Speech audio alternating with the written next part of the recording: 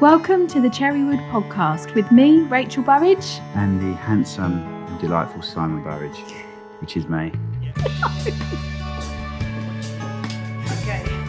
That's all right. Jennie Lichfield, anything else? You could say one of your businesses, one of your many businesses if you want. Jennie Lichfield, Circle of Life Ceremonies. Cool. Perfect. Here we go. It's weird, like we're so used to having clapperboards and stuff, but the amount of people that go, "Oh, what do I do with it?" It's really strange. There we are then. Jennie, nice to have you over. Thank you for inviting me. No problem at all. First time we're using these mics, so we're going to be... This is a new setup. Yeah. For us. Exciting times. And I'm the only one that knows if they work because I'm the only one with the headphones on, so perfect. So we'll just have a chat, and if it Yeah. isn't, you'll have to give us a sign. It's all right, we Okay. got the backup mics, which will get us over it. Right, Jennie, we've got that sign there.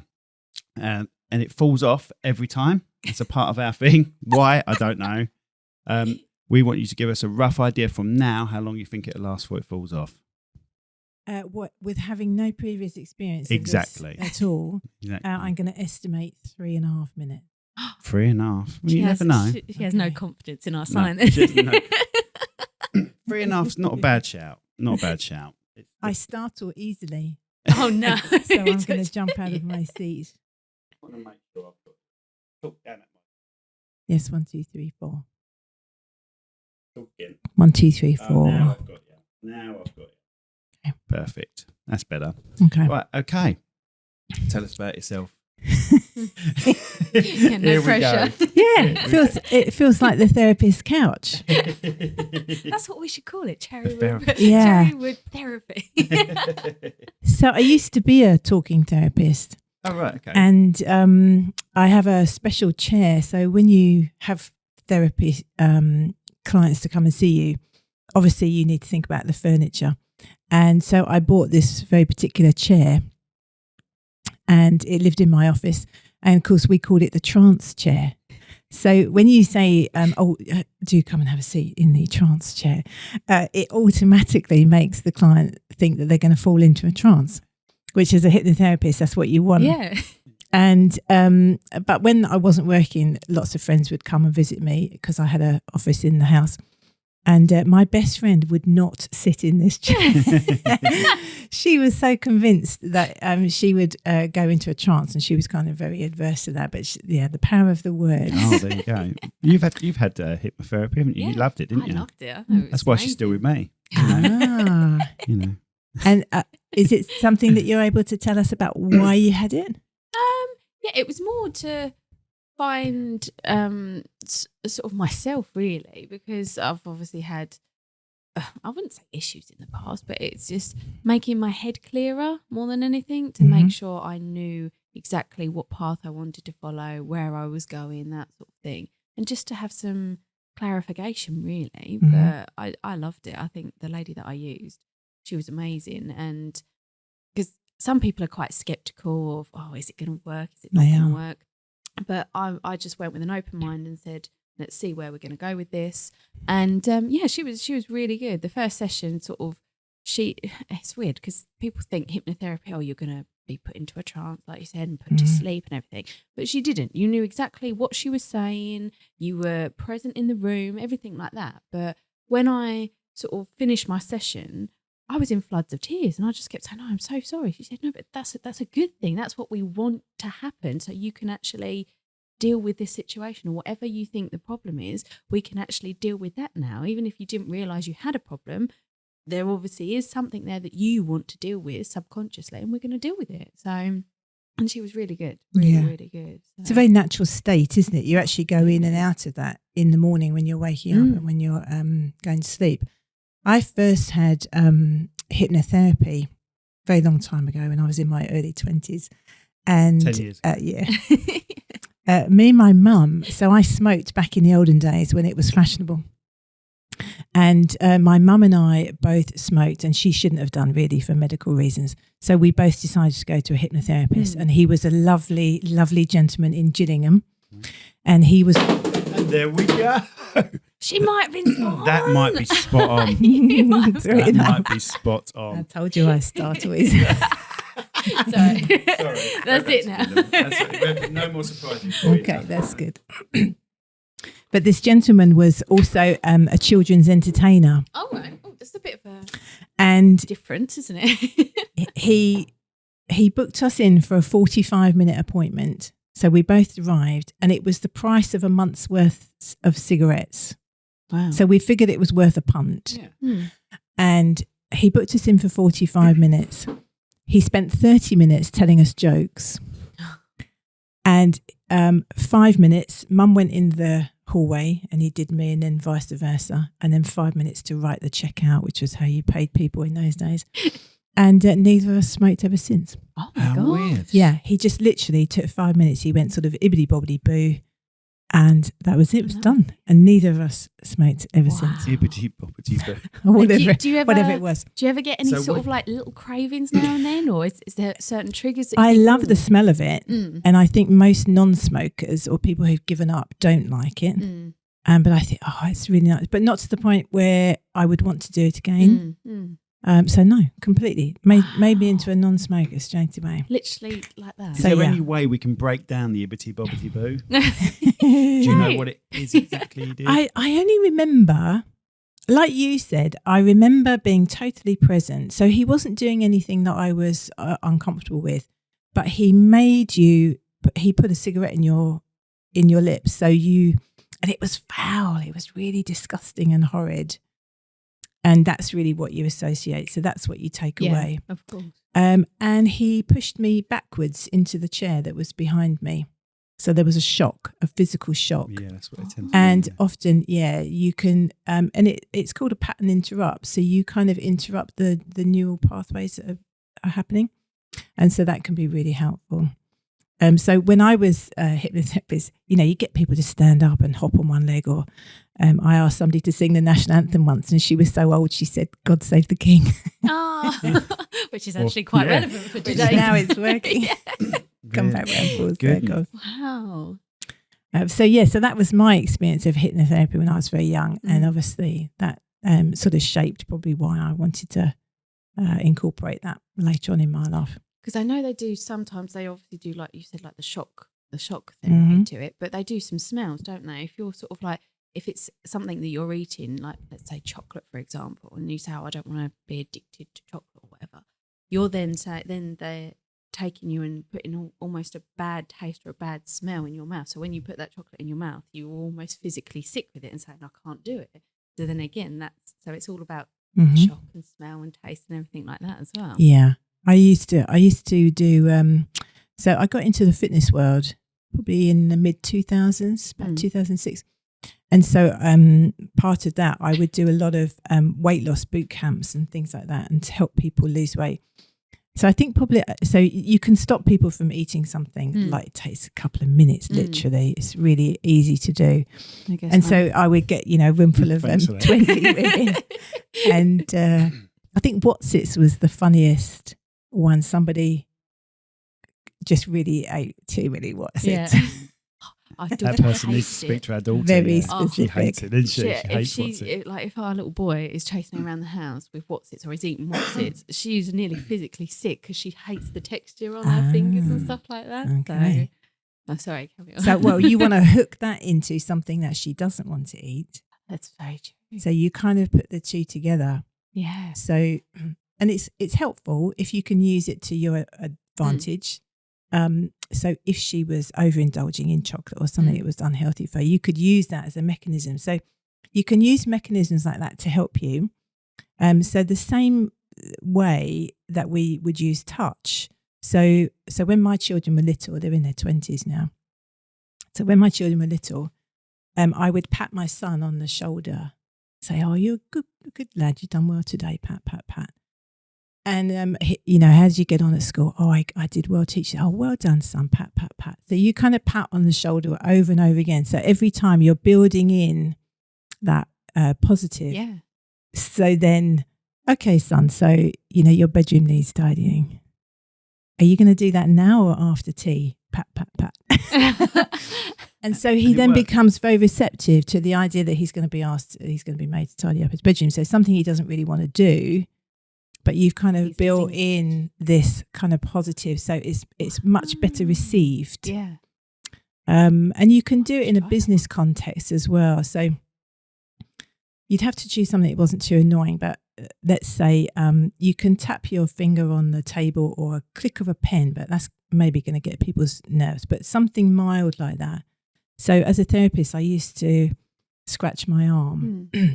So you gather everybody around the table, say it's a business meeting, and everybody okay? Yes, we're all fine.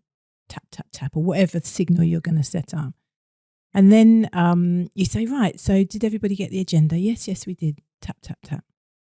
And then, right, first thing on the agenda, everybody's kind of happy, tap, tap, tap. And so then when you get to the point in the meeting where actually what you want to say, you know it's not going to be quite so well received, or there's going to be some resistance, you can set off the tap, tap, tap, and it's kind of already been built in.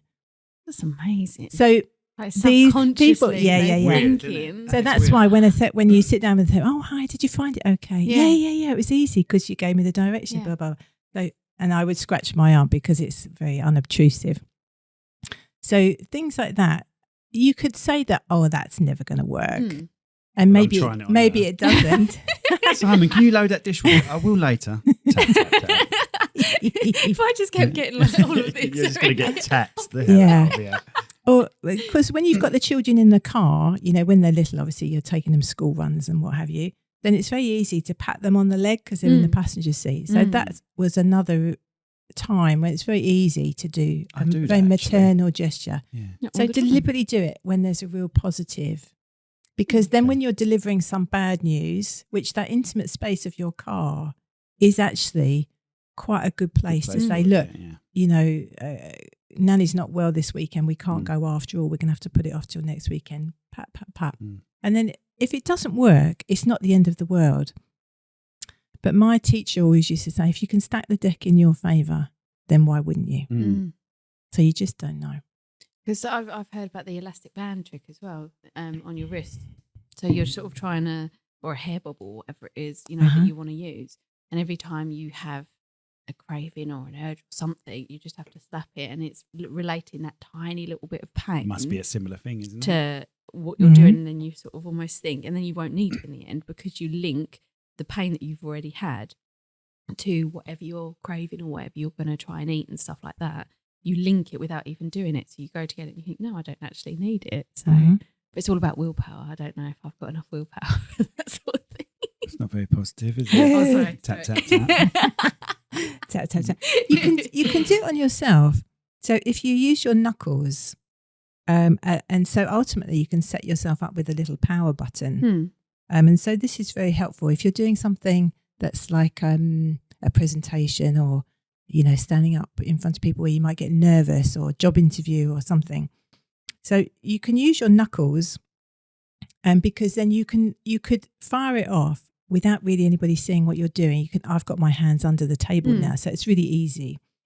So bearing in mind you've got 4 knuckles across your fingers, you could set the last one on your index fingers to be kind of your power button.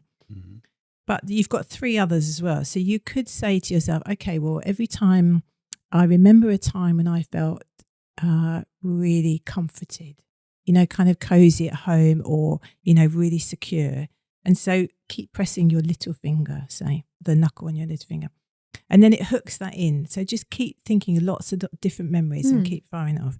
And so your next knuckle, you could choose a time when you felt about laughing, you know, when you really, really laughed your head off. Or a time when you felt really loved would be another one. And then a time when you felt really powerful, like you could achieve anything. You know, like when you passed an exam that you didn't think you were going to pass and you came running out going, way. Then that. And so all of those get stacked up onto that knuckle. And so then when you're at a pressure point in time, you can just apply pressure to that knuckle, and your physiology will bring about all of those feelings. Amazing, isn't it? So I noticed on your steps, you've got some mindset. We have. Quotes. They were there before us, but we kept them there. Yeah. Yeah. But maybe that's subconsciously when we're walking up the stairs, maybe we don't realise it, but we're taking it in. The sad thing with me is I can't even tell you what they say. But I'm sure you do. I've probably read it couple of times, but I can't tell you what it says up those stairs. Okay. Well, Have you remembered it already? The first few, I was busy looking and trying to find my feet, and we were in that very small space together. But the last one is you become what you think. Yeah. Yeah. And that's absolutely true. So that's how you can really create your own universe, is what you're thinking. And so your body, so the way you think will affect your body. So if I'm thinking kind of very depressed and low thoughts, my body language tends to go down, smaller, it all kind of turns in. Yeah. And obviously vice versa. So if I'm really, really positive, then everything goes up and open. So that's why it's almost impossible to go dancing and not have fun. Because when you go dancing, all of your gestures are really big and you're using your whole body. And there we go. There we go. And so the way you think affects your body, but equally what you're doing with your body affects your mind. So it's a two-way street. So even if your mind is not that happy, you can go dancing and it will affect your mood. So you can harness that. So that mindset that you've got on your stairs is really appropriate, because you can deliberately harness that naturally occurring process. Which is what the gym does as well, isn't it? It is, exactly, because you're using your whole body. Yeah. And it's so good for depression, mental health and everything like that. Have you found that in your gym work, that it's helped your mindset? It does, but it's still like walking through lava or walking through treacle trying to get there. Once you're in there and you've done it, it's good. Okay. Yeah, it's that. It's still that step. mindset. Or if I have to miss a day or miss 2 days because just actually can't get there, due to being too busy, then the longer I leave it, the harder it is to get there. Okay. Which is weird, isn't it? Does it come back to that willpower then, do you think? Oh, yeah. Yeah, definitely. Yeah, I can talk myself out of it quite easily. Okay. I think. But I do enjoy it when I'm there. Yeah, that's the thing. When we actually go to the gym and you're physically in the building, you think, I'm here now. I am going to do my work. And it is. I mean, we used to do, 40 minutes, and now we're up to, we've done like an hour and a half before, where we're sort of like, I didn't realise the time. We were just carrying on doing all the different equipment and doing the different bits that we need to do. We aim for 4 days a week, don't we? Yeah. Which is good. Yeah. Yeah, but it's like you said, it's getting there and you think, I've just got to put the washing on. I've just got to do this. I've just got to do that. But when you've got to sort of completely think, no, I'm going to the gym. And when you have that in your mind, and you say, no, I'm going to the gym, and then that's it, you go to the gym. I get days where I just can't lift or move what I could do days before. But now I've just accepted it. It's going to be one of those days, and I just drop the weights down a bit lower and carry on, and then I feel better. Before, I was getting annoyed with the fact that I couldn't do what I was doing. So then I've put a negative thought on the gym. Do you know what I mean? Yes, yeah. The next time I turn up the gym, I've gone to the gym, I'm like, couldn't do this last time. But it just sometimes depends what you've eaten, what time of day it is. Indeed. I work nights, so it could be anything. But if you're doing, and now I just tell myself it's one of them days. Drop the weights down a bit, still do the exercises, but lower weight, and then. But if you're doing 4 days in a row, it could be that 4th day that you get there and you're going, your body, like I said, your body's just going, right, I've had enough now. I can't physically push this. But then if you drop it down, you're still doing something, aren't you? So but I do like the gym. Most of the population don't do anything. So, your street ed, we were talking on the way over just about kind of longevity and how one reaches an age where actually it's about not necessarily always smashing your personal best, but it's about living a life that I'm going to be able to carry on for as long as possible. And but we try and encourage that in the kids as well, don't we? Because we don't want them. Today's society, everyone is on their phone, or you see so many people walking around that don't actually look up. They look constantly down at their phone. So we try and encourage the kids to do. I mean, both of them do dancing, both of them do cricket. The little one does football, so we try and get them to do as much physical activity as possible. And I mean, we loved going on bike rides in the summer and stuff like that as well. So it is. Our 13-year-old would go to the gym. Wouldn't she? If she was old enough, she'd go to the gym straight away. She's got one at school, but you have to be a certain age to actually use it. So I think it's 6th form onwards or something like that. And you pay like we do, like £20 a month, and she can use it whenever she wants. And she can go before school, after school. And she said, I can't wait to do that, Mum. So I think they get little lessons during the week, don't they? Of different activities they all do as a class in the gym, so they get little tasters almost. But yeah, she can't wait. her self-motivation's amazing. Like, remember in the summer, I built them a gym in lockdown. Not a gym. I built them a climbing frame in lockdown in a garden, and it's got monkey bars. It's got everything. Every day she went on those monkey bars this summer. In the summer, yeah. And she sort of did sit-ups from the monkey bars. She had a routine. Yeah. It wasn't pushed. She just did it herself. She's like that, though, with everything, isn't she? She's unbelievable. Don't have to make her do her homework. Straight in, straight up, does it. Like she straight knows, A student. She knows if she's got something on the weekend, if she's got something on at the weekend, she says, right, I've crammed in all my homework now, like during the week, so I can actually enjoy my weekend. Or, you know, I'm thinking, oh my God, you're so sensible. Yeah. Or when I grow up, I want to be like you. Absolutely. I would have been like, I'll have my week to do a little bit of homework, still have my fun weekend, then panic on Sunday night like I haven't done my homework. Yeah. That's all. Bare minimum for me. Yeah. Whatever would just get me over the line, I would do when I was a kid. But yeah, she's amazing, that girl. Bless her. Anyway, sorry. And what age is she? She's 13, just turned 13. Yeah, so she's year 8 at secondary school. But she's one of these people, you know, these type of people that are good at one thing, like she's good at English, she's good at this, and she's very academic. So we always thought, oh, she'd be rubbish at like the arty side, or she's not going to be very creative. But no, she smashed that as well. She's good at everything. There's nothing really. I'm annoyingly proud of her. Yeah, good for you. So you should be proud of her. She is good at everything. Even languages, like languages. She went into secondary school and she went, oh, I've got to do German. She went, I'm not looking forward to German. You know, I did French at junior school and I know a little bit of French. So she said, I'm not looking forward to German. And then within a week, she was like, oh, I'm getting 100% on this test and 100% on that test. I'm like, oh my God. She's taking German on now, isn't she? She is, yeah. Bless her. Right, Jenny. Yeah, right. sorry. So, you're not doing hypnotising No, now. not anymore. So no. all the stuff we've just discussed is actually not what you're here for. No, I think it's we like to lead up to how you got to where you are. Yeah, I think it's important that I think what one does, and I've been around long enough, I suppose, you know, that all these things kind of make up who you are now. Without a doubt. Yes, that's exactly what this podcast's about. How did you get to where you are? Yeah. And I think that perhaps more so now, life is that we don't generally have one job. We don't have one job for life anymore. You know, my parents were of the generation that, you know, you had a job, you were an accountant or whatever, and you did that forever. So I think not only do we not live like that anymore, but I think now most people don't only have one job at a time. And so we're all kind of multifaceted. And you know, sort of 20 years ago or whatever, it might have been a side hustle or you might have had a part-time job. But I think now it's a lot more about monetizing your personality. Absolutely. And so I think really that's all I've done in the last 20 years is just monetize my personality. And people say, oh, you've done so many things like being a therapist and, you know, being in the fitness world and spiritual caregiving, if you like. Then it seems like you've done lots of different things, but actually I've just been me. Yeah. I'm exactly the same as that. Yeah. You know, I've done, you know, I was a mechanical engineer. My mum and dad said, you got to get an apprenticeship. Okay. And I like it. I love engineering, but I've also been Charlton's mascot. I've written comedies, you know. In a band.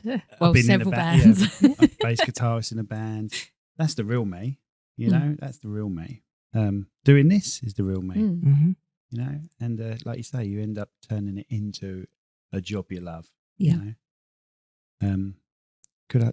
Do I love engineering? I like it when I've solved a massive problem, you know, and then I'll touch my index finger, plumb that in, program that one in. Yeah, get that on your power button. But and it's the thing is, I can't knock engineering. It's given me a life for 30 odd years, you know. It's kept a roof over my head for 30 years. But you're good at it though. I personally look at you and think actually you are really good because you bring some of your stuff home and there's nothing that you can't fix.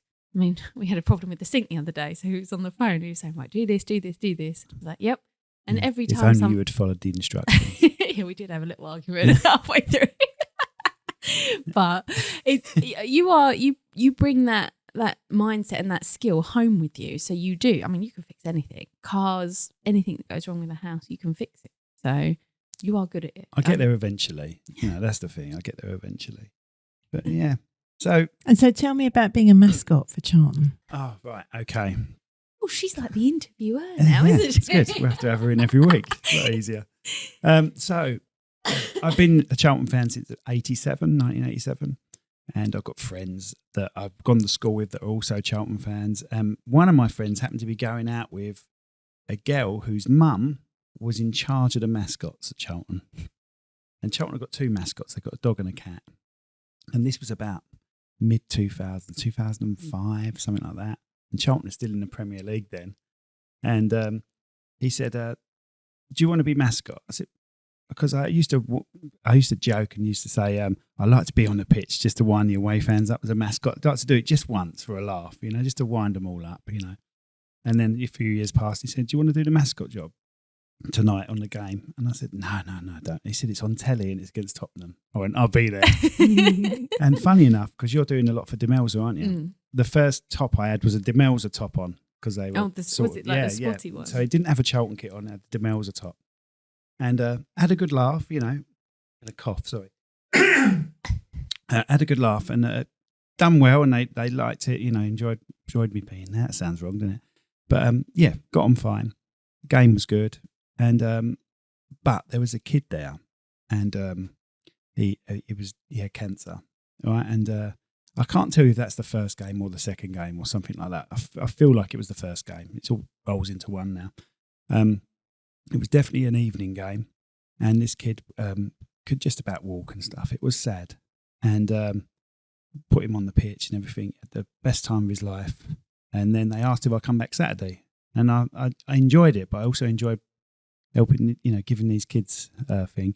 And then the Saturday came along, and this kid had passed. He wasn't there. Mm. Oh, He had gone, and he rolls in another kid, similar thing. Yeah. And that's what was happening. It was brilliant, but it was like a sad conveyor belt of ill kids. Mm. Mm-hmm. And that's what made me do it for 10 years. Did it for 10 years. I did the mascot Grand National. We had to. Oh. I remember that. Yeah, I started going out of you. And I'll come back. I hold my glasses, Rach. I'll come back. She'd broken them. She dropped them, trodden on them. Oh. The same day she wound my window down on the car, that broke. I'm like, oh my God, this girl's going to cost me a fortune. Good job you're an engineer. Yeah. Fix things. Match made in heaven. So yeah, Charlton were in the Premier League when I started, and then dropped 2 divisions by the time I'd finished. So I wasn't that much of a mascot, but I just used to be horrible, didn't I? As a mascot, I used to grab people's scarves, stick them under my crutch, and do that. Do that with them. You used to call like the I used to kids call down, little kids didn't down you? from the top stand. This little kid would come running down, and as he got to me, I'd walk off. But they loved it though. It was a bit of character. And then they got taken over by a different company. The mascots got changed, and that's when I decided to stop it. Mm-hmm. But then they did a petition to bring back the original mascot. So the original mascots are back again, but they've all had facelifts. Floyd and Harvey at Charlton, You yeah. said it stank inside there, didn't you? It used to stink. Your sweat would Like a really big boxing glove. Yeah. Oh, honestly. Right. So what would happen is you'll go on half hour before kickoff, and then the players will come onto the pitch, and you'll be there for the players coming onto the pitch and everything like that. And then think about what's happened. Oh, bear with me. Hopefully these mics are working, because my mic is just falling down the top from my backup. Well, I know mine's working. I can hear it. Anyway, then you'll get undressed, watch the game, and then 10 minutes before half time, get back in it. But this stuff was wringing wet. It stunk of piss. Stunk of piss. Why? I don't know. I think your sweat naturally would smell of it, I assume. Oh, this But- is gross. Yeah, so you'll get back in this Was there anybody else wearing the costume in between? very rarely. Very rarely. So it was just you. Yeah. Well, we know the problem now then. Well, they told me to use it like a wetsuit. So no, I didn't. No. But so there was a girl cat. There was a girl cat. I was the dog, and there was a cat, and it was a girl. And I was called Floyd, and the cat was called Harvey. And they're still going now, these two things. But I used to beat up the cat for a laugh in front of everyone. And then one day I'd do it. And she loved it, this girl, Sarah. No, she didn't. She loved it. You used to pick her up, put her on your shoulder. I'd pick her up, put her on my shoulder and everything.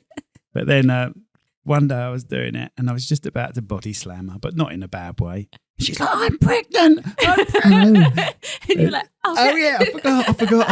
And I'd pick her up, And they used to have this guy, funny enough, they used to have this cigarette turn up once a season to kick the habit, I think it was called, kick the habit. We used to beat the crap out of this cigarette. Oh.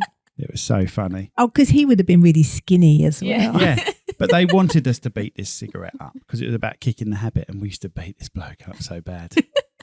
No, we had a good laugh. So is this like therapy for you, like anger therapy? This is how you got it all. It would have been a perverse therapy for the cigarette guy. Yeah. But People pay good money for that. It was really weird, right? Because I would go and say hello to the same fans every game. There'd be a number of fans around the grounds, and I'd always say hello, have a quick chat with them.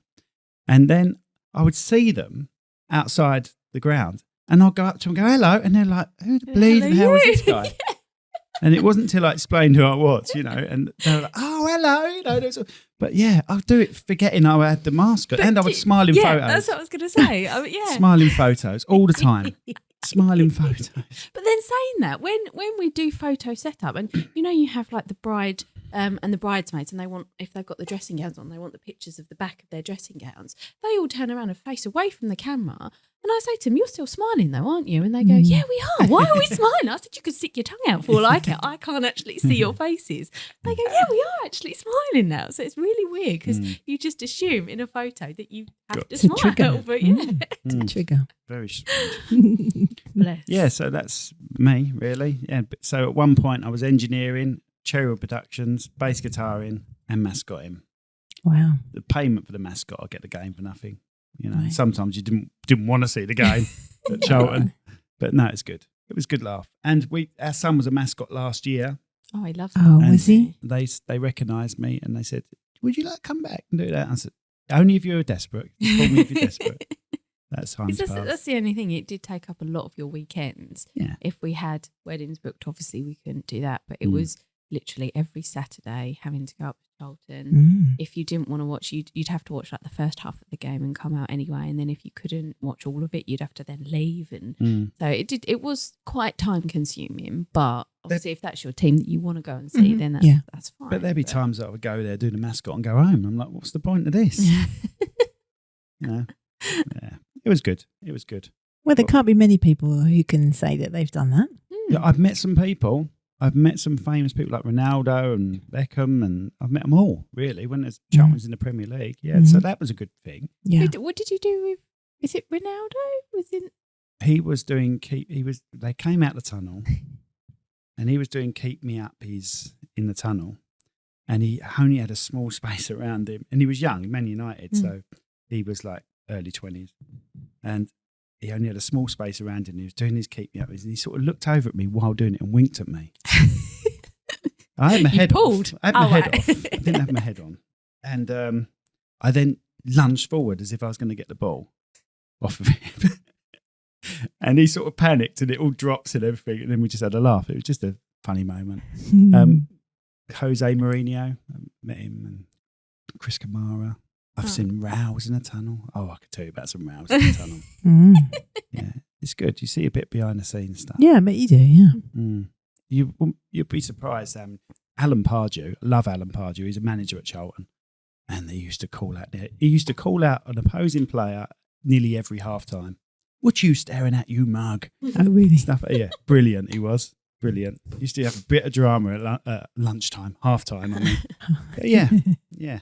Right. Going back to your point, though, I understand completely where it's you sort of have your main job, and then you have all these little different things that sort of almost make up the person that you are today, really, isn't it? Because you've got all these different avenues.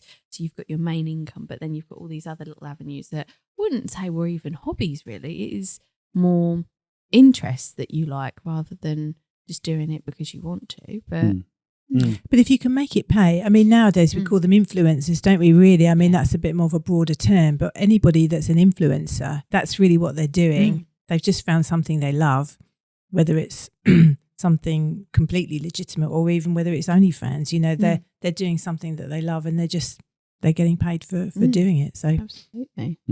What is do you want to put your OnlyFans page up? I'd follow it. I'm very I'd proud to follow say it. I don't have one. Oh, dear. I'll share Sorry. Rachel's with you later. Sorry. No, I don't know. But OnlyFans isn't just pervy stuff. It's actually pages on knitting and cooking, but it's just got that rep now. It has got that reputation. Yeah. But I don't know. I mean, he was the Playboy guy. I mean, that was for the articles, wasn't it? Which sort of became a parody. The Hugh about Hefner. Mhm. Yeah. But he did write originally Playboy as a magazine, because women had magazines that had a broad range of topics. And that was really his original intention. It just got taken over by Oh, I see. this So whole it's all just of for that. men. Yeah. For men, like, Yeah. So it's like FHM because that stands for heterosexual men, I believe. FHM. Okay. Yeah, magazine. but that was Hugh Hefner's original, Oh, right. because he was a writer Right. originally. Okay. Yeah. Sex sells, isn't it? Yeah. That's the thing. So yes, it takes over. Yeah, and maybe that's where the OnlyFans. I don't know.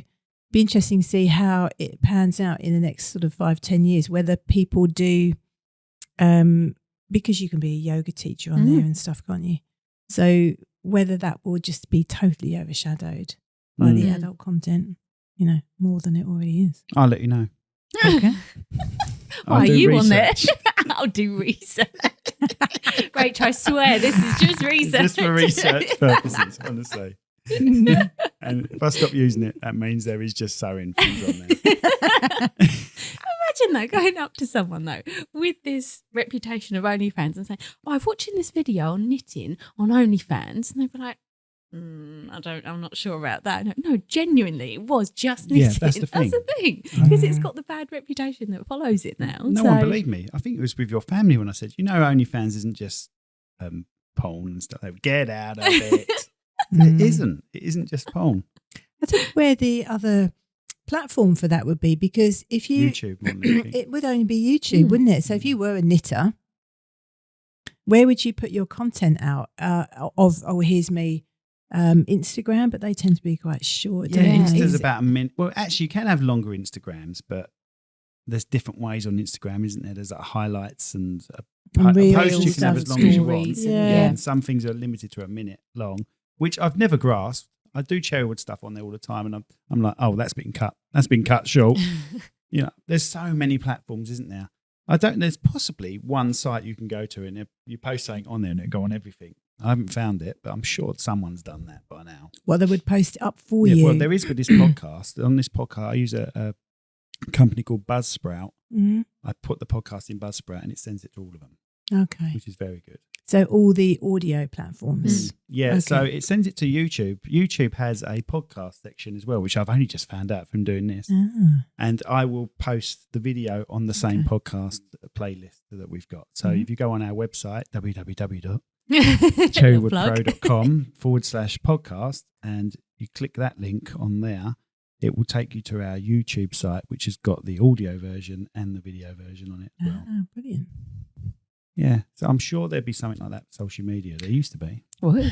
Because Yeah. there are things, social media. Social media. There's things linked, like Instagram's linked to Facebook, isn't it? I know we've done that. Yeah, If I Instagram post on Insta, it goes to our Facebook. and Thread. You can link all three of those together because there was a thing Oh, a right. few weeks ago that if you deleted your Thread account, it would automatically delete your Instagram really? account. So they had to separate the two to say, no, I only want to delete my Thread account or I only want to delete my Instagram I account, but see. not the other, because it was linked. Then it was deleting both of them rather than Okay, just that's one. nice. I don't use Thread. Well, I've used Thread because it tells me when people have started following me, but it's just used my Insta account for that. It's taken everyone from the Insta, but it's just too much, isn't there? But There is. unfortunately, is it because we're getting old and we just don't like change? I don't know. But different platforms are worth different things. So you don't want something that shoots it out to everything, because some things are not applicable. Mm. So I would not go on YouTube for anything. But people who do arts and crafts, so you're knitting, that's going to be Pinterest, really. Pinterest and Instagram. If you Yes. want to do videos of yourself crocheting, then you would use maybe TikTok. So I suppose it's different platforms, really, and See, find See, it. for us, for finding the it. wedding business, we want to just post Small. in one place, and and then it to go everywhere. Really, the videos Yeah. go everywhere. Because you almost need to give them like a highlight, don't you? You Yeah. don't want to show people like an hour No, of no, someone's no. day. You know, No. they can't sit there and watch all that. It No. needs to be quick. It's got to be It short. needs to be, yeah.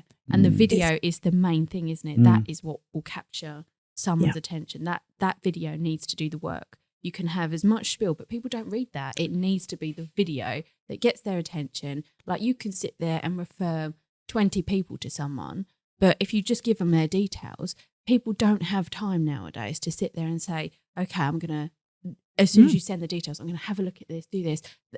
It's when they're sitting down later on in the evening when they've actually got time. If you send them the video, they'll go, oh, I'll watch that video. And they've got all the information there. They've got all of the contact details there.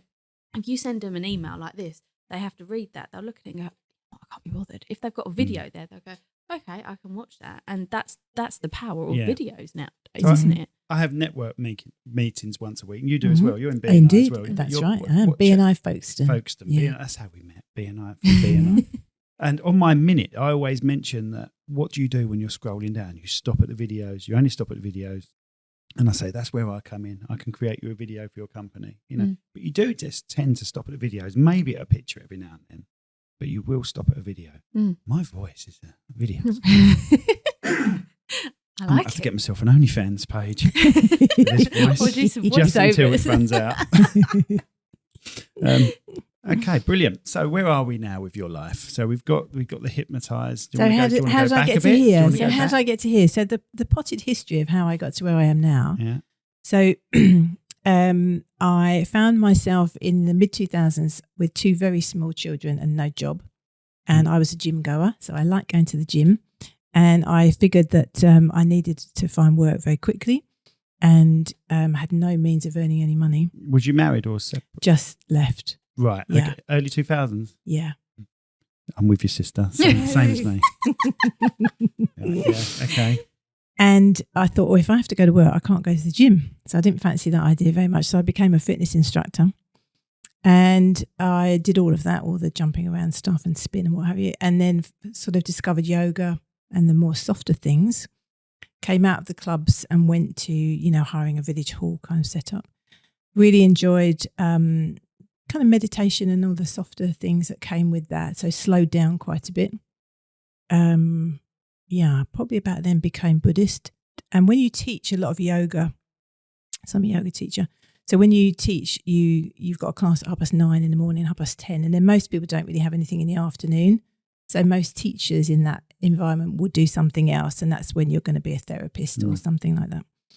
And I've always written and been a writer of some description. So then I was really getting involved in Buddhism, and my company then, I was just self-employed. And I decided that in order to retire at some point, then I would have to sell the company. So if I stopped being a yoga teacher, everything would just disappear. So I set about making that a company. So I built it up. So we had 10 teachers, thousands of students. This was in Ashford, in Kent. And I was then working as a Buddhist chaplain in the prison service. So I was kind of almost training to be a nun. So I would spend a lot of time with monks and in monasteries. And so then I was a chaplain, so I would teach the boys Tai Chi and stuff. And I was trained by the Shaolin monks for Tai Chi. And so I sold the company and thought, I'll kind of reinvent myself. Because when you're doing all that physical work, being a lady of a certain age, you're not going to keep that up forever. So I needed my second career. So I didn't really know what that was going to be. So I thought I'll sell the business, have a sabbatical, have 3 months off and have some creative time to myself. And my mum died. And that completely pulled the rug from underneath me. I mean, it was sad, obviously, but it was just the sort of the turmoil that you're kind of going along your path quite settled. And then suddenly it was like, oh, I didn't expect that. So there was no way that I could be creative at that point. So I didn't really know what to do. So her death meant that I also couldn't live in the same house anymore and the financial implications of all of that. So I had to move to a different town.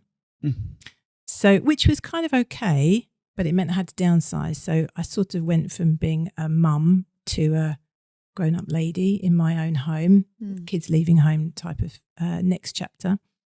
So again, that was all okay, but it wasn't. It was more thrust upon me rather than my natural. Yeah. It was coming, but I wasn't quite ready for that. So I just didn't know how to reinvent myself. What was I going to do? So I was sort of bimbling along. Then, of course, COVID came. And when you are a chaplain, really you're taking services. You know, I didn't stand in a pulpit, but really you're at the top of the class teaching people stuff. You know, you're the one at the front doing the talking, which as a teacher, that's really what I'd always done. Whether it was yoga or Pilates or Tai Chi, you're at the front doing the talking. And so one thing that my mum did, my mum was a really great lady. She was very popular, very successful person. As a person, she was very successful. And so my life as a Buddhist had been very austere. So I had no hair, wasn't allowed to wear makeup and no jewellery, no perfume, not allowed to play music. Yeah, so in my tradition, they would shave off the eyebrows. So I never took my eyebrows off, but had much shorter hair than you. Right. So, yeah. Oh my gosh. So, but my mum was a really good person and she contributed hugely to the world. And I thought, you know what, you don't have to be all sackcloth and ashes in order to make a good contribution. And I'd been sort of training for about 7 or 10 years by that point. And being a nun is very hard. It's really hard work. And basically I never quite made it. And I thought, maybe it's not really for me. Maybe I'm not actually meant to take that path. And actually you can be a good person, just like my mum was, and still have a little scotch of an evening, you know, because I like a Manhattan. And, you know, the world's not going to end if I have a Manhattan on a Friday night. So, so all of that happened. And so I figured that being the person at the front doing the talking, what's a vicar in the real world? And to me, that was being a celebrant. And so I retrained. So that was kind of how I came about being that. Because to be a celebrant, you've got to be a public speaker. You've got to be a writer. And you've got to be a listener. So it seemed to kind of combine all of the skills that I had. So off I went and trained. And it's a massively saturated market, which I'm sure you find in the wedding world. You know, the competition is absolutely rife. So it's taken the way I see it is we're in the best county for it. I think we're in the capital of weddings in England, Kent. There's enough to go around as the way I see it. Yeah, that's a good way of looking at it. Yeah, so I wouldn't have even thought, you know, I know maybe I'm being naive, but I wouldn't have even thought it was so saturated. Would you think that? Like the market, for like Toastmasters and Celebrant. Yeah. Toastmasters probably not. I thought you'd not so much for Toastmasters. More Celebrant than anything. Because you do a bit of Toastmasters as well, don't you? Is that right? So that's what I'm just about to embark on. So the celebrants, most people tend to be either a wedding celebrant or a funeral celebrant. Right. Okay. So I'm very good with people at a point of crisis. So really, I'm all about the trauma. Really. So I've been a funeral celebrant, and that's where that's really saturated. There's a lot of people, being funeral celebrants. Yeah. I think with that you have to. But you're a wedding have celebrant that. as well, aren't you? Yeah, I do them. I can do them. Yeah. But I think my favourite shtick would be the emceeing and the Toastmastering. Okay. So a chap that I trained with, he's become a Toastmaster, and we were talking. I said, "Oh man, that really appeals to me." So I'm currently training, and so I have my first wedding the day after tomorrow. And so it's a new venture. So really, it's going to all kind of kick off in 2024. So it's got all of that pomp and ceremony that I like, and that sort of touch of glamour. But I think it's quirky enough because most Toastmasters are fat old middle-aged men. So it's quite nice to have a slightly different. I know too many. Well, darling, if you ever need to do a new career, but I've got all three, haven't I? Fat, old, middle-aged. No, I think people who are having a wedding, for example, because it's not just weddings that I'll be involved in, but more inclusive communities don't want middle-aged, middle-class, fat older gentlemen to take their ceremony. But when you've got groups of large number of people gathering, then they need herding in some way. Oh, absolutely. And so either the CEO or whoever's having the gala dinner, or the mayor, whoever she may be, or the bride, they need some help. And so any event, the venue may have somebody who will help them, but they're on the venue side. Yes, they're not there for the person. And so that's where a Toastmaster comes in. So I think as soon as you get to 70 guests of anywhere, it's worth really considering having somebody who's going to be there just to, right, you all need to get in this room now. Even if you don't want the, the post-nominals announcing of who everybody is, you just need a person on hand to be the go-to guy. And the red coat is what helps people because they think, if the mother-in-law, her buttonhole goes missing or whatever, and she can't find or locate or identify a member of staff at the hotel, then she's going to be able to see you in your red jacket and think, okay, well, that's somebody who's in charge. I can tell that from what they're wearing. I'll go and ask them. And that's really what you're there for. 100%. We love it. We love having a Toastmaster because we can give them the photo list. Exactly. They can call up the next people for the photos. It's ideal. Yeah. Because otherwise it's me. And I know it sounds weird, but I do have quite a loud voice when I need to, don't I? My goodness, and it is a little bit intrusive when you have to sit there and all your guests are having a drink or having a chat and you have to interrupt them and you have to shout and say, right, everyone, I need your attention, please. Would you like to make your way over here? Blah, blah, blah. And you always get, so-and-so's in the loo. So mum's gone missing, blah, blah, blah. And you're thinking, okay, I've got a limited amount of time between you finishing your wedding ceremony to your wedding breakfast. You've given me a list of 100 odd photos that you would like me to take, and I have to do that in a space of an hour and a half or something like that. So it is quite stressful, but when obviously there is a Toastmaster there, you can literally hand them the list and it's like they're sort of... It's a conveyor belt.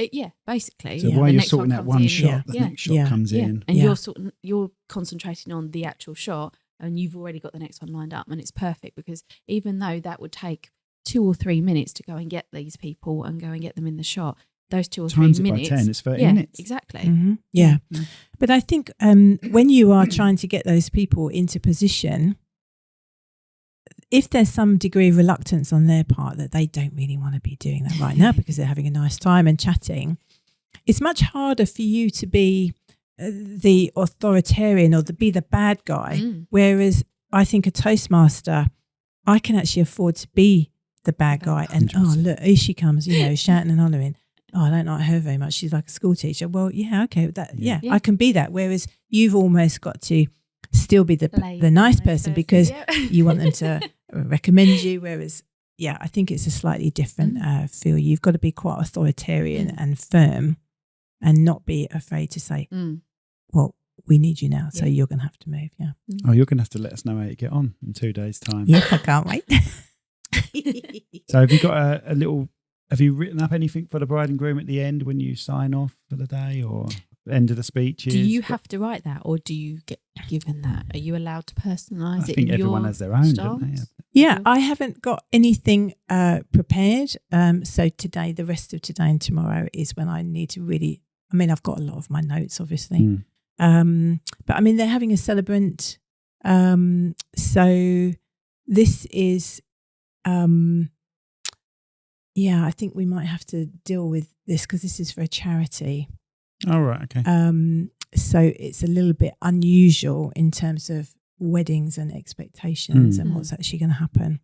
So, no, they're just going to have the regular cutting of the cake and the bouquet toss and then first dance and then that's it. Perfect. Brilliant. Yeah. That's great. Looking forward to it. Do you get nervous before something like that? Or Yeah, I would. I definitely get nervous in a funeral or a sense of importance, the gravity of what you're just about to do hits home every time. In terms of public speaking, no, don't get nervous about that. But it's interesting when you're delivering a funeral, you've got a lectern. And of course, I've written it all. So I've written it all in my own space. So I'm kind of at home at my desk. And so I'm 100% confident in what I've written. But then there on the day, I've got it all written in front of me. So even though I think, am I in the right place? Yeah.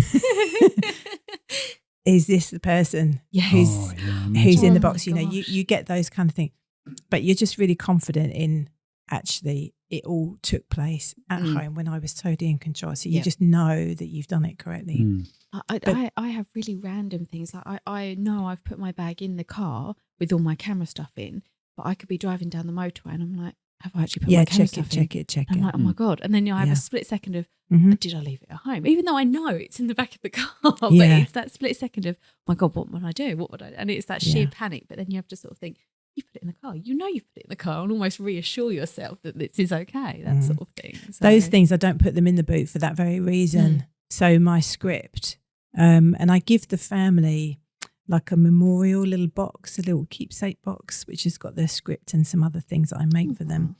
And I put that on the passenger seat because I will check it a dozen times on the way to the crib. Just, double check. So it's okay to have those checks because that's what makes you good at what you're doing. Exactly. If you wasn't worried, like we said before, that's when we're jacketing. If you're not worried before a wedding, that's when you're going to make mistakes. Yeah. Absolutely. You've got to have a little bit of worry there. Yeah, you've got to be, it's what perks you up. And when you're about to announce something, it's probably the first time you do it is the nerves, isn't it? You've got to get that first line out first. Yeah. And then everything else is fine. I find that though. Do you, like when you have your information in front of you, is there certain things that do you use? Because I know if I read something out loud, I highlight bits that I know that I have to say, sort of like important bits that I know that I have to say, I highlight in pink, or, you know, things that aren't as important, but if I need to get to it, I highlight in blue. Is there any sort of things like that you do to make sure you get certain bits out, or? It's timed a lot more accurately than that. So I can't read it ad hoc. Right. So it's not bullet points or this is the most important aspect from this paragraph. I have to read every word out of that whole paragraph. So with a funeral, it is timed. Right. Okay. So I have to know when mistakes are going to be made in terms of, it's usually the coming in. Right. So if the arrival can be so late that it puts you back. So if I'm nervous about the amount of content that we've got to get through, then I will have pre-printed my script that will have big chunks that are in a different colour that I could completely skip out if I need to. Oh, right, okay. It's very hard to deliver a script and edit it at the same time whilst you're talking. It is possible, but it's much easier if you've done all of that editing. So I remember one service, I asked the funeral director to, you always say, if you can get a bit earlier, it's really helpful because we've got a lot to get through. And we managed to get in 5 minutes early, which in a funeral is quite a long time. And so all the mourners were coming in, and this one lady who was on a frame was taking her time. And she just stopped in the middle of the aisle and she couldn't decide how to sort of make her way into the pew, which was totally understandable. But she completely backlogged because everybody just respectfully stood there and waited for her to take her time. And there wasn't time for that. You've got to be a little bit more robust and just not push past her. There was room, but you just need to just keep going and you will find your seats and she will figure it out. But she used up all of my 5 minutes and I really needed them. And so you can be paddling quite crazy underneath. So there will be big bits in my script and it will say, you've got 7 minutes from here. If you're not here by 2:43, you're running over. So it will be timed in that way to make sure. Because it's the swan effect, isn't it? Yeah. Be graceful at the top. Yeah, you're there's heavy fines to pay if you overrun. See, I suppose it's very similar to a wedding because, again, if the bride's late, that makes us late. And so we limit our time with the photos and everything like that. It's food related with weddings, but I thought you were going to say with us. No, it's definitely food related with us. But with funerals, it's funeral related. There's another funeral coming in. You know, you won't usually get two weddings. You get two weddings at one venue, but you don't ever get one use exactly the same stuff. You know, they split the venue, don't they? We've had registrars and celebrants have to go to another one, haven't we? Oh, so definitely. they're the And ones that are on the time scale. Archbishop's Palace in in Maidstone. Yeah. Obviously, that's a bit of a conveyor belt just for ceremonies. So you've got to get you in, have your ceremony and out, because it's like a registry office, isn't it? A glorified registry office. It is, yeah. So yeah, But it's that, if, like you were saying, if one part of it is delayed, then the rest of it is going to be delayed. And again, that limits our time. So we sort of think we've got, So half what do you hour. do? Do you have to cut elements out, or do you just run over and keep all of the elements in? It depends. If the venue allow us to go over, we do sometimes. If not, we'll just say to the bride and groom, we've done this. The rest of them we're going to have to do when we have time, when you're available after the first dance or after the speeches or however it's set up. And we have to try and say to them that you've given us this list, you want these photos, please bear with us. But sometimes we ask the venue and they're quite good, aren't they? It all depends on if they've got a receiving line. Yeah, I said that right, didn't I? you said receding usually, don't you? Receiving line. But it's if they've got a receiving line, if they're, coming in all like the bridesmaids and then the mums and then everyone else is coming in, or if the guests are just going in and they're just going in, like the bride and groom are just going in as well. So it all depends really on what the wedding breakfast setup is, isn't it? And what time the of year food. it is. Yeah, because yeah, as we well. can go back and do the bride and groom by themselves In the later sun. on, Yeah. after If- we've yeah. eaten. There's Right. always a nice gap between Speeches? speeches and first dance. Yeah. Speeches cutting the cake. There's at least an hour or two there, Mhm. which we can go back and address. But in the winter, you haven't got the light for that sometimes. Mhm. But, I can't have one wedding stand out where we really had trouble getting the photos done, can you? No. Not that we've done. I Mm. mean, we've had a few where, like one recently that I think you were filming, weren't you? And because it is very tiring for bride and groom. I mean, I know when we got married, my jaw was aching. By the time I'd actually Smiling. sat down, you're just smiling so much, and you just That want to soon sit stopped, there eh? and you just want to sit there and go, oh God, my face is actually hurting. So we get that, don't we? And we have to say to bride and grooms, just take 5 minutes and don't smile. Just have 5 minutes, because otherwise you'll go in and you constantly just be smiling and aching. So who took your wedding photography? Graham Scott, I Graham think Scott, it asked, yeah. And I had a guy called David Finley that filmed ours. So we have Dave come and we help each other out basically. So he came and filmed it and I edited it eventually. Yeah, eventually. Eventually. Yeah. But with ours, you sort of, where? You drifted off, by the way. You went on to smiling and you never really got to the point that you were trying to get to. Can't remember what my point was now. Yeah. See, that's what I have to put up with. But you said to my I think you were saying about there's a wedding I had when I was filming. oh yeah, and I think it was near the winter, and the photographer, because I wasn't the photographer, I think you were just filming, and in the end she just went, no, I don't want any photos. Oh yeah. And we have to say to them, look, you do realise you have no you've got your group photos, but you don't have any photos of just you and your husband. When you get back and you look at your album, you're going to have 1 or 2 photos when you should have hundreds to pick from, that sort of thing. So 80% of the time, our script on what photos we've been asked to take will be altered by the bride and groom, Right. where they can't be bothered to do it any longer. Oh, really? Oh, without a doubt. They've had enough. So, that would do. That would do. So now. prior to it, they're happy for umpteen gazillion, but then on the day they Exactly. realise how exhausting you it is. get some photographers saying, "I'm only ever doing 6 group photos." Yeah. We're not like that. We do whatever you want. It's- you're it's paying your for a day. service. Yeah. You're paying for a service, and some of them go, "That's it. You've only got 6. You've only got 10 group photos, and all the rest are going to be just photos of the day, and the couple and the bride and groom and all that." But we're limiting it to 6 group photos. No, you can take whatever photos you want, but you got to understand you've got a time limit, and you got to understand that you are going to get bored with it, and they do. They get bored of it. Yeah. And we've And it started saying that in our consultations with bride and grooms. We say, I'm really sorry, but you will get not annoyed with us, but you'll get bored. You'll want to go and see your friends. And we have to say to them, look, just give us this hour, 1 hour of your day to get your photos that you want. But any other time, go and see your friends. First dance, we're not there after first dance. You can party all you want, that sort of thing. We just have to say to them, don't we? we've got 1 hour of your time in that day out of the 24 hours that you're there to get married and have all your reception and everything. We have 1 hour. Just give us that 1 hour to get all your photos that you want, and then we'll leave you alone. And some can't do it. Some don't. You know, after a while, Really? they're like, we've honestly had enough now. But that's fine. If you had enough, you had enough. Mm. And we worry that they're going to come back. We didn't get all these photos that you promised.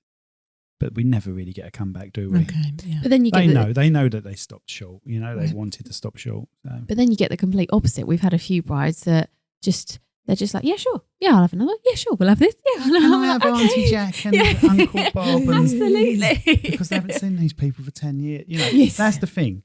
They're having their photos taken. The bride and groom are taken away and they're glancing over at people that they've not seen for 10 years. You know, they really want to chat to. Mm-hmm. So they're torn between having their photos done and having a good old chat. And Mm-hmm. and in this, while they're torn, they're all getting slightly drunk, you know, Yes. gradually drinking a bit more, you know. So you can understand where they're coming from. But they, you know, they have to understand, and they do usually understand, that we can only do what they want us to do. You know, at the end of the day, if they want to stop, you can't put it on us afterwards, and they don't really. No. You know. The time of the day is working very differently to your time, though, isn't it? Their day is passing really fast. Really fast. That's our You know, selling point they're for the living video. their hour much quicker than you are. Yeah. Yeah. Yeah, that is our selling point for the video. There were times years ago that I would go to, I would offer to film someone's wedding for nothing, knowing, and if they didn't want the video, they wouldn't get the video and they still wouldn't have to pay. But if they wanted the video, then they'd have to pay, because I could guarantee that 99% of those couples would want the video eventually, even if they didn't really want their day filmed. After their wedding, they'll want it. Don't remember a thing, do you, on your wedding? It flies by so quickly. Just goes so quick. Oh yeah, I've done that as a selling point before. Yes, I can imagine. So you were a photographer before? Yes. Were you? Yeah, I did Okay. my degree in photography and media arts. Right. And then we met and just went from there really with the business, didn't we? Because you already had the foundation of Cherrywood set up, videography. didn't you? Yeah. Met her. I didn't go for her looks because she hasn't got much look-wise. Oh, Just went for a skill, really. Don't worry, he'll go home.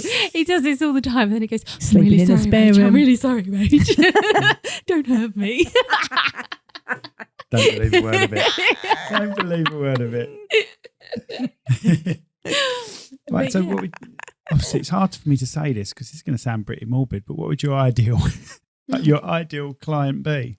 Someone that's passed away usually, but well, my clients are the funeral directors, so they're my right. clients, so not the families. okay. So from a marketing perspective, so that's really probably why it's easier to stick with either funerals or weddings. So that's why celebrants do, because as a business model, you need 6 funeral directors or maybe 8, and that's it. So once you've got those as clients, then they will just keep coming back to you. Yeah, that's good. So as a business model, there's no marketing, there's no advertising. I mean, you don't really need to even talk about it, because the funeral director, if they're happy with what you do, they'll just keep ringing you up. That's good. Yeah. So as a business direction model, into the weddings. yeah. or- So that's really where BNI comes in, because I've been in the BNI for 6 months, and it was like, wow, this is an amazing opportunity to be able to talk to lots of people. How can I kind of maximize that? And actually, how can I add a string to my bow that wasn't really present by just doing the funerals? So that's kind of how it's all seems possible. Whereas before BNI, it just didn't really seem possible. And that there is the gap, isn't it? The weekends are the gap for you as well. The funerals Exactly. are going on in the week. So yes. So weddings on the week. I'd like to do Masonic dues. So the Masons hire a lot of Toastmasters. So that'll be like Friday night kind of dinners. There'll be gala dinners. There'll be Friday, Saturday night. So there are times when essentially you're not working otherwise. So it should be a good complement. That's the plan. This is going to sound a weird question as well. Is it a bit of is it hard because you've got sort of a funeral which is sort of like quite low, and then you're going into a wedding which should be sort of like a joyous occasion? Does that mess with your mind sometimes? How you have to sort of differentiate between the two. Like if you've got a funeral one day and then you've got a wedding the next, how you've got to sort of be somber and then sort of go up into a high again. Do you find that hard, or? I don't think it's hard because I'm not making myself any different. Okay. Because if you're warm in your delivery, then you're warm whether you're talking about somebody who's passed away or you're warm talking about people who are in love with one another. So I think I am essentially always the same. However, when you're taking a funeral for, I did twin babies recently. Oh my God. So that's tough. Yeah. So absolutely. I cannot pretend that I don't sit at my desk. I tend to write really early in the morning. I'll write at 5 o'clock in the morning. So little low lamp on in my dressing gown, tapping away at the keyboard. So I can be at my desk in the dark at 6 o'clock in the morning crying, because I'm, last week I buried a 22-year-old boy who's the same age as my son.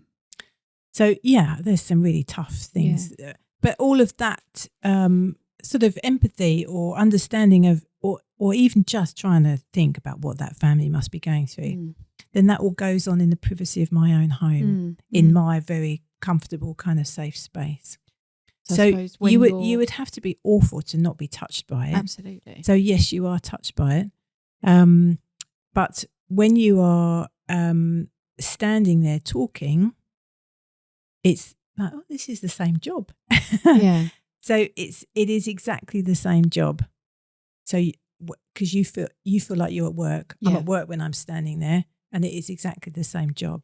So your voice and your delivery is essentially the same because you are being you, and it's just kind of coming out. But the words you're going to use are slightly different. Yeah. So have you ever sort of like you said earlier, when you do cry, it's hard not to take those, especially like you said with the twin babies, it's hard not to bring that home, isn't it? It's sort of, and again, like the 22-year-old, you relate it to people in your family. So that, again, you sort of almost bring it home, which sometimes you don't want to. You sort of have to think, I need to leave it in the office. Yeah, have you got a method for sort of detaching yourself from it? I think awareness of that is a possible pitfall helps. So I took a service for a young girl in the summer. She was 27 and had died very unexpectedly. And so there was 300 people there. Wow. And so as an introvert, it's energetically very draining because you are holding all of that space. And so very often when you've got a lot to say about somebody, then you have what we call a double slot. So they'll book the crematorium space twice. Oh, right. So you've got double the length. Yeah. And you need that when you've got that number of people, because they take a long time to come in and exit and stuff. So that service was an hour easy. So you're holding 300 people for an hour. So that's really tiring. So I don't feel that I've ever kind of wanted to burst into tears at the time. I have been terribly moved to the point where you think you've really got to hold it together, because the next of kin is as close to me as you are now. Absolutely. They're right next to you. And so, their grief can be, palpable. But you're a professional, so you don't generally get affected by that. But the energy that it takes to do it is tiring. Yeah. And so when I did the young girls, I'd be blubbering wreck, wouldn't I? Yeah. Well, you cry at some daddy-daughter dances and I stuff. cry at speeches. Could be filming a speech and you'll look over at me, wouldn't you? And I just, at certain points, like the dad stands up and says, this is my baby. He puts himself in that situation. I can see him at the corner of my eye. And be like, me wiping the tears, trying to look upwards so I stop. And I was thinking, oh God, he's off again. He's off, yeah. But you put yourself in that situation, don't you? You sort of think, well, if that was me and my daughter was getting married, I would say this, I would say this. And there's certain triggers that obviously that happens, and you sort of think, oh, that's my baby. And then you start crying. Yeah. But going back to the exhaustion, I mean, we are exhausted by the end of it, aren't we? Because everyone sort of sits there and says, oh, it's just one day. But it's not for us. They think it's one day. And yes, we turn up for one day, but It's the preparation beforehand. It's the 3 to 4 weeks after editing. But on the actual day, we're there from about 10:30ish in normal sort of standard 10 wedding, 10 to 10:30, all the way through to first dance, which could be 9 o'clock at night. So by the time we get home, we're like, oh my God, we're absolutely exhausted. And most of the time we are on our feet doing that as well, aren't we? Yeah, a lot of running around. Comfortable shoes. That's where I get the shoulder issues from, holding the camera out, you know? So, it can be tiring. But it's weird, isn't it? Because we're just before the ceremony, and from before the ceremony to after the speeches, we're like, can't do this any longer. This is too tiring. And then the speeches happen. You've got that 2-hour gap, and you know you've just got the first dance and a few other little bits. And we're like, could do this forever. This But that bit beforehand, you're fickle. The bit beforehand is so stressful because you get one chance. You know, that's the problem. It's not like filming a show. You can do as many takes as you want. You get one chance of this stuff. And I think that's where all the stress is. And like we were saying, I think we mentioned this in when we did our podcast together.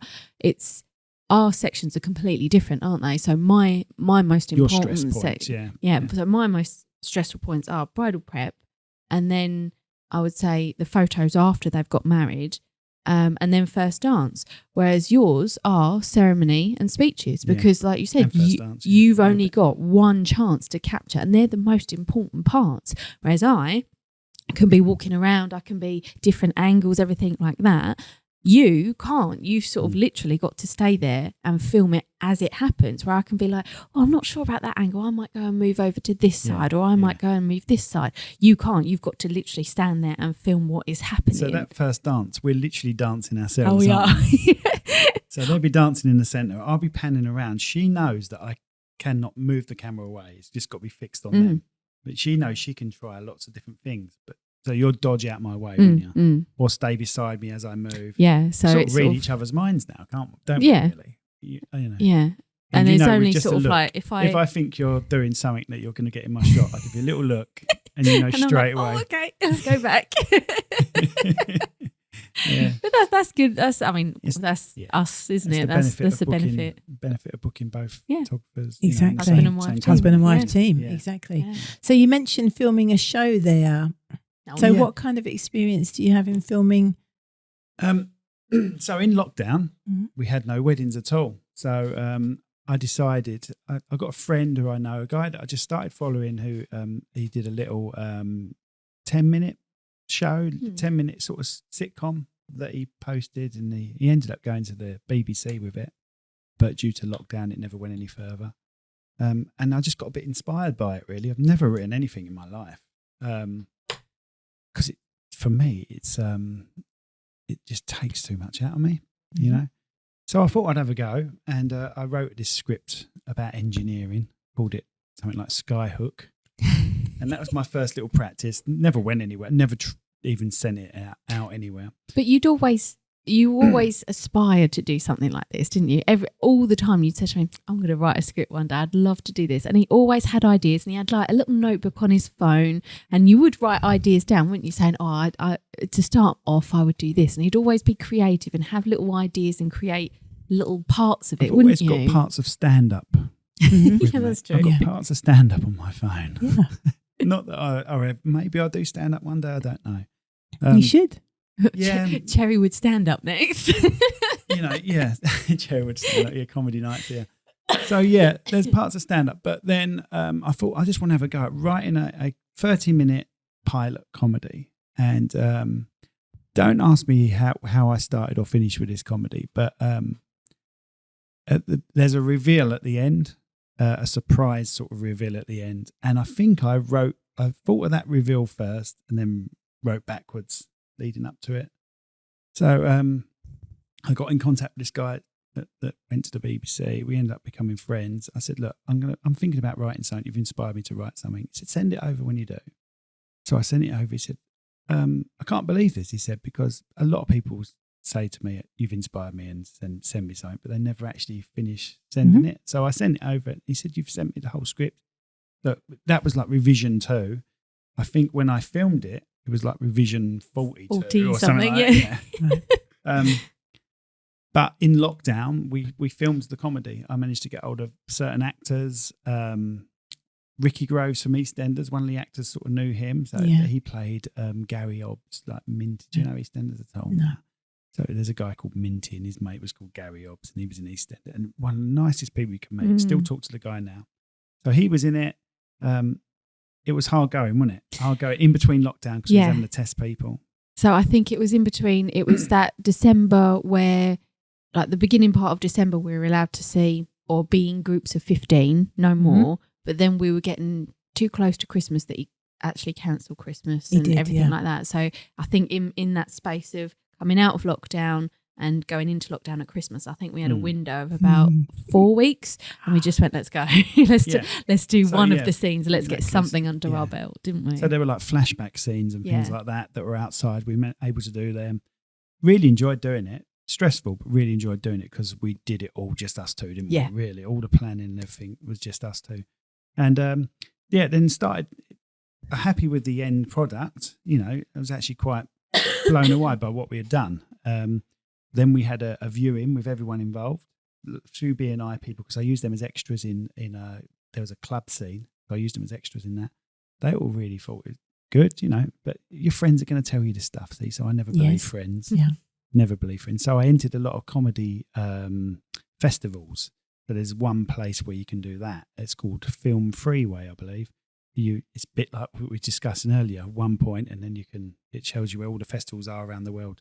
So I entered a few of these festivals and ended up getting selected for 6 and came second in one of them. So really pleased about that. And you've got the, what do they call them? The laurels. Laurels, yeah. So I've got 6 laurels for that, just that little comedy. And it's now on Amazon Prime, that pilot. So you can watch it. Yeah. And then the guy that I was talking about earlier, Robert Rivet, we're going to have in at some point. He asked me to direct something else he'd written. So we just finished that this year. So that's another half-hour pilot. I think he got a little bit. He got a little bit inspired, didn't he, by seeing actually, because he did his 10 minutes, didn't he? And he had to film it himself. And he said that was so hard because he didn't understand how getting it from the script to the screen would work.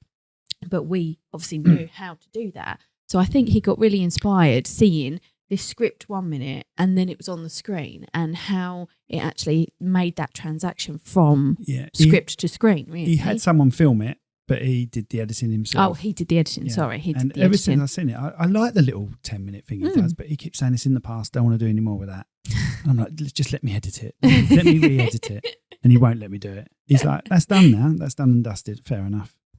So we've done a half-hour one called Dusty, and that was shown at Bromley Picture House, which is cinema. So and he had a couple of hundred people watch that, didn't they? And that went down quite well as well. So yeah.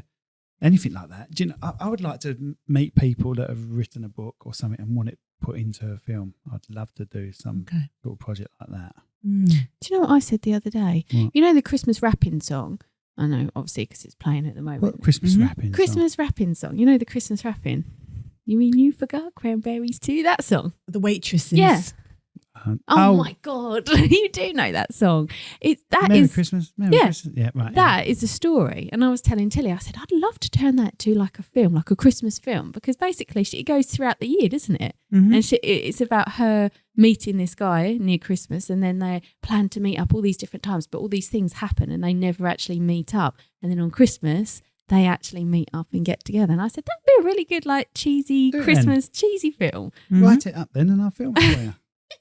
I don't do the writing, I just have the ideas. I've got a feeling I've seen it recently as a musical. It's been done. It's been, I had an idea once like that and it got done, didn't it? It was about a £10 note or something like that. And this, you know what, £10 notes change hands all the time, don't they? And so the focus is on this £10 note and it would be different stories every week. Okay, yeah. And then, you know, someone would be snorting cocaine for it. Yes. And then an old lady would be using it to buy flowers for her husband that's passed away or something like that. But this £10 note would have different stories for it. But the Simpsons used it, didn't they? Oh, damn the Simpsons. They predict everything. They always predict it. And I think there was someone else has used it. A music video's done it now as well. It's a good vehicle, isn't it? So can I go back to something you said? As a writer, I'm interested that you showed the second revision, and then by the time it got anywhere further along, it was about the 42nd revision. How did you take that because I would take it as a real criticism. And I think, yeah, but I can't rewrite it 40 times because this is what I've written and that's as good as I can make it. No, How did you handle that? No, I handled it quite well, actually. I'm my own worst critic anyway. So if someone's only got to say, I'm not sure about that, and I agree with you. Yeah, I don't like it either. So I think it originally started. That's just having no courage in your convictions.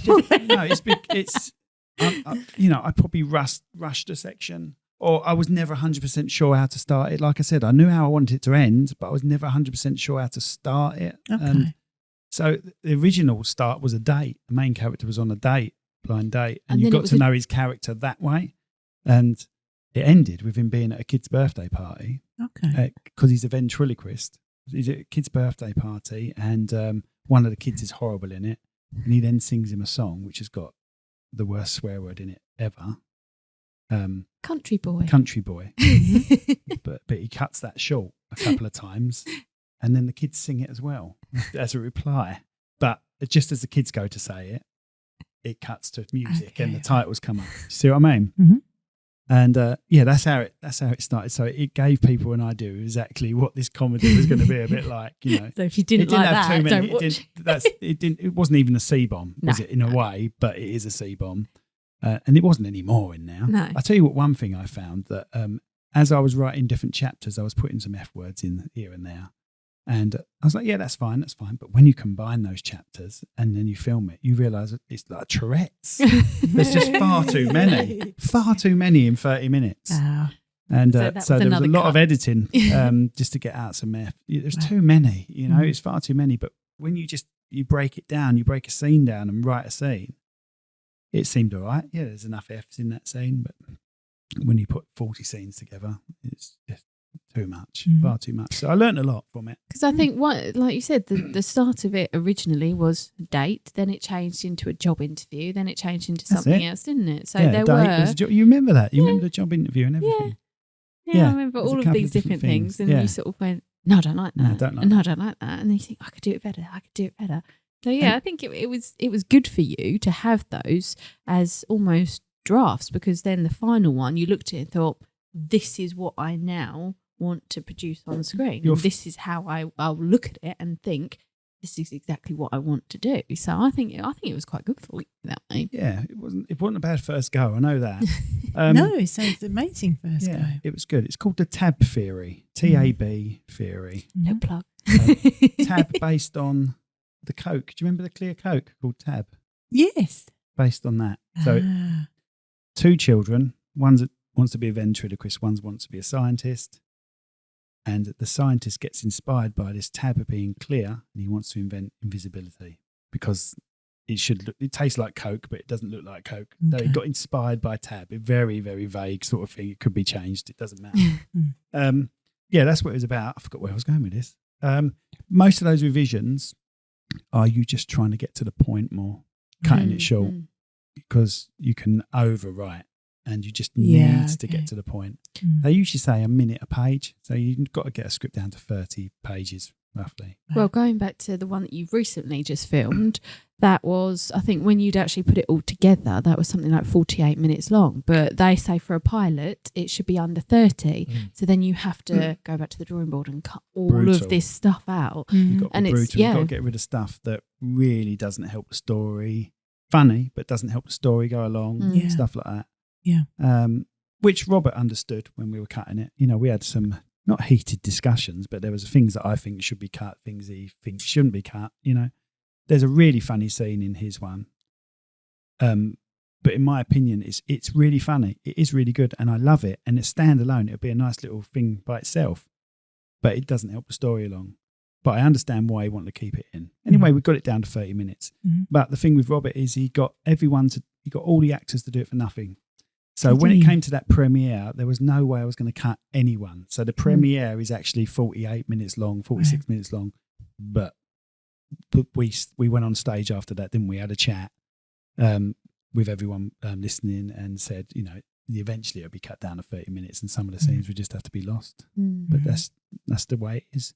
That's why, 30 years on from certain films, you see these deleted scenes. Yes. that you think, oh, I wish they kept that in. That's a wicked scene. Mm. Yeah. You've just got the time. You just got to make a decision. But even now in your head, you watch the tab theory and say, oh, I would change that. I would change. He's a nightmare.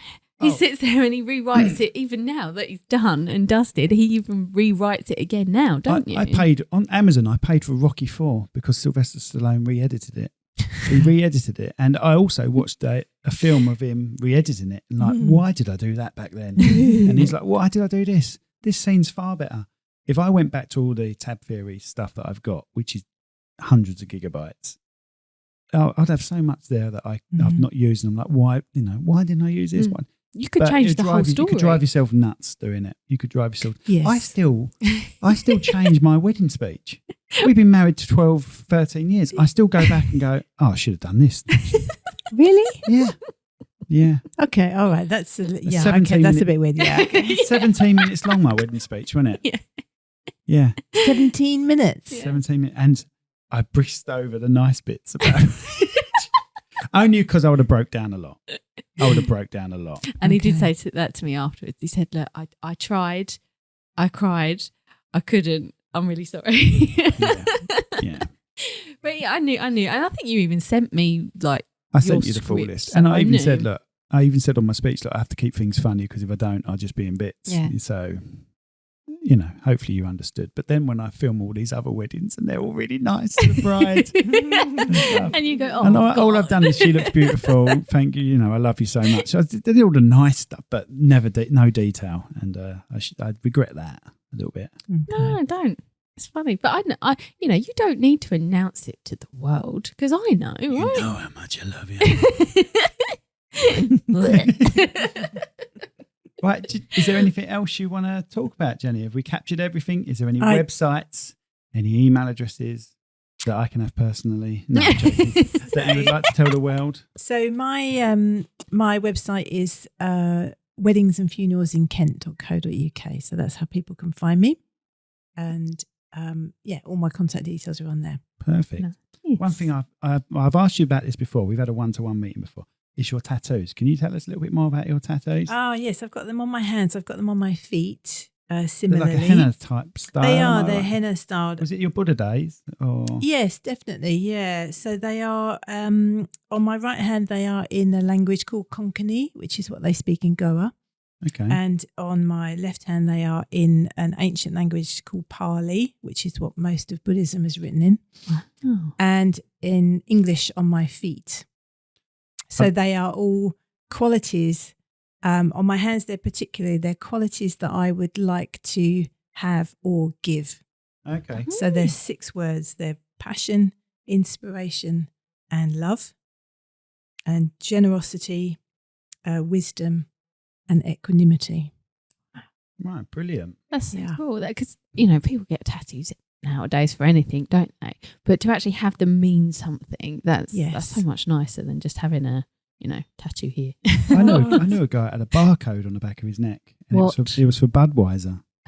But what if they change it and it's now Sugar Puffs or something like that? It's the barcode for Sugar Puffs. Yeah.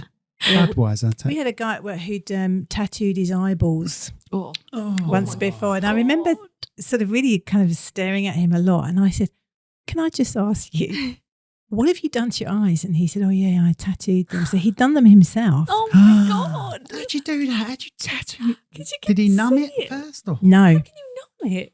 Yeah, just straight in I've with had a my needle. eyeballs numbed before. So it's permanent. So just the whites of his eyes were dark. So it made him look terribly aggressive, which was the whole point. Yeah. Well, that's what they're very demonizing. criminals and face tattoos. That's what it's all about, isn't it? Gangs. And, gangs and clubs, yeah. It's all about looking. Mm-hmm. Oh, imagine doing that though. But yeah, your eyeballs. Yeah. Don't really have many of those. It must feel like jelly, surely. Oh. I'd never seen mine. They're so slitty.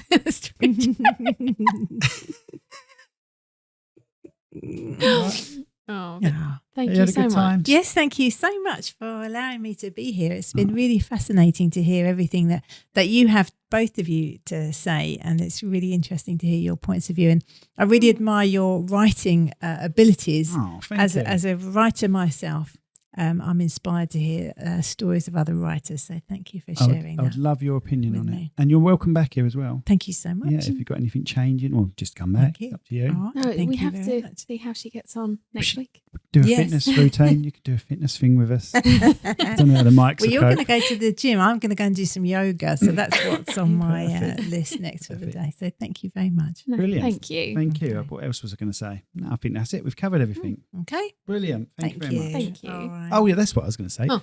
Why am I sensible when it's someone I don't know? Yeah. That's what I was going to say. Was that him on his best behaviour? Definitely was. Because I could tell some of the stuff that you were saying. I thought, no, don't say it. And I looked over and you were like, no, I'm not going to say it. I'm not going to be rude. So for all you bride and grooms out there, you know that I can adapt to different environments. Is that the school teacher in me coming out, Yeah. making you feel a little bit? It's my imperious nature.